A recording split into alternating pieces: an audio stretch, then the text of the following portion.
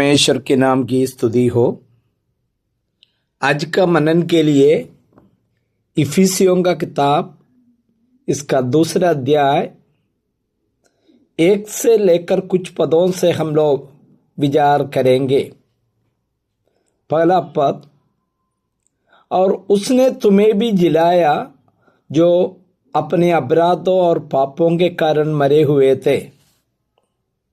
4 पद, परंतु परमेश्वर ने जो दया का धनी है, उसने उस बड़े प्रेम के कारण जिससे उसने हमें प्रेम किया, जब हम अपराधों के कारण मरे हुए थे तो हमें मसीह के साथ जिलाया। अनुग्रह ही से तुम्हारा उद्धार हुआ है। 8वां पद, क्योंकि विश्वास के द्वारा अनुग्रह ही से तुम्हारा उद्धार हुआ है, और ये तुम्हारी ओर से नहीं वरन परमेश्वर का दान है। यहाँ पर प्रेरित पौलुस जो बता रहा है, जितने लोग इफिसी कलीसिया का सदस्य था, जो प्रभु यीशु मसीह को स्वीकार किया, एक स्थानीय मंडली का सदस्य था, उनके बारे में कहते हैं प्रभु में आने से पहले उनका हाल क्या थे। नहीं तो दूसरे शब्दों में कहा जाए, कोई भी व्यक्ति प्रभु यीशु मसीह पर विश्वास करने से पहले उनका असली हाल क्या है, यही बात हम बता रहे। उसने तुम्हें भी जिलाया जो अपराधों और पापों के कारण मरे हुए थे। अदन का बगीचा में जब आदम हव्वा ने परमेश्वर की आज्ञा उल्लंघन किया, वहां से मनुष्य का आत्मिक मृत्यु आरंभ हो गया। शारीरिक रूप में जिंदा है। पहला अध्याय, दूसरा अध्याय, तीसरा अध्याय, 14 अध्याय में मनुष्य को बारे में बताता है, उनका आयु लंबी आयु होता था। लेकिन 5वां अध्याय में आते हुए उत्पत्ति का किताब मृत्यु शुरू होते हुए हम लोग देखता है। यहां पर शारीरिक मृत्यु के बारे में नहीं कहते हैं, आत्मिक मृत्यु के बारे में कहते हैं।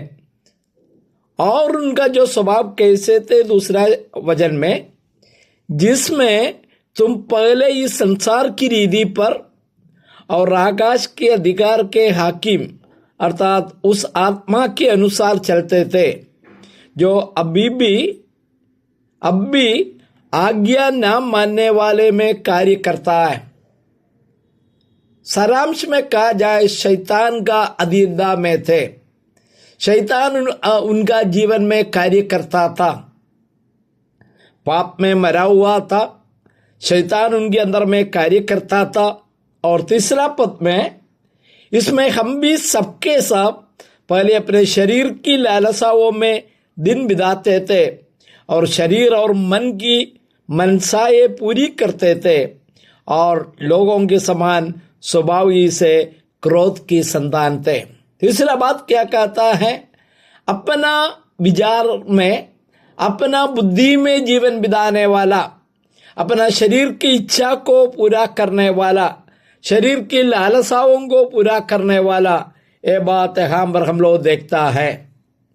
और बताते हैं, केवल मन की मनसाएं पूरी नहीं करते थे, वो क्रोध की संतान भी थे। लेकिन जब 4 पद में आते हैं, बहुत बड़ा एक परिवर्तन मनुष्य के अंदर में देखता है। क्या परिवर्तन? परमेश्वर ने जो दया का धनी, प्यारे भाइयों, हम पैसा जिनके पास है, धन उनके पास है, उसको धनी कहता है। लेकिन यहाँ पर क्या धनी के बारे में हम लोग पढ़ते हैं? दया का धनी। उसने उस बड़े प्रेम के कारण जिससे उसने हमसे प्रेम किया, परमेश्वर का महान प्रेम के बारे में विवरण करता है। जब हम अपराधों के कारण मरे हुए थे तो हमें मसीह के साथ जिलाया। यही बाइबल का संदेश है। मरा हुआ व्यक्ति, शैतान का अधीन में जीवन बिताने वाला व्यक्ति, क्रोध के संतान, अपना शरीर के लालसाओं में चलने वाला, शॉर्ट में कहा जाए नरक में जाने वाला मनुष्य, लेकिन परमेश्वर ने आज हमें जिलाया। इसके बाद कहता है 6वां पद में, और मसीह यीशु में उसके साथ उठाया। यही मसीहत है, पाप का कीचड़ से निकाल दिया, पाप में मर चुके थे वहां से जिलाया, इसके बाद यीशु मसीह के साथ उठाया और स्वर्गीय स्थानों में बैठाया है। और ये बात भी बताता है 8वां पद में, क्योंकि विश्वास के द्वारा अनुग्रह से तुम्हारा उद्धार हुआ है, ये तुम्हारी ओर से नहीं वरन परमेश्वर का दान है, और ना कर्मों के कारण, ऐसा ना हो कि कोई घमंड ना करे। मुझे सुनने वाला भाइयों बहनों, आप में से कोई भी व्यक्ति अभी तक इस प्रभु को स्वीकार नहीं किया है, तो इस अनुग्रह को अंगीकार नहीं किया है, तो यीशु मसीह बुला रहे, यीशु मसीह में आइए, आपका जीवन बदल जाएगा। प्रभु के नाम की स्तुति हो, आमीन।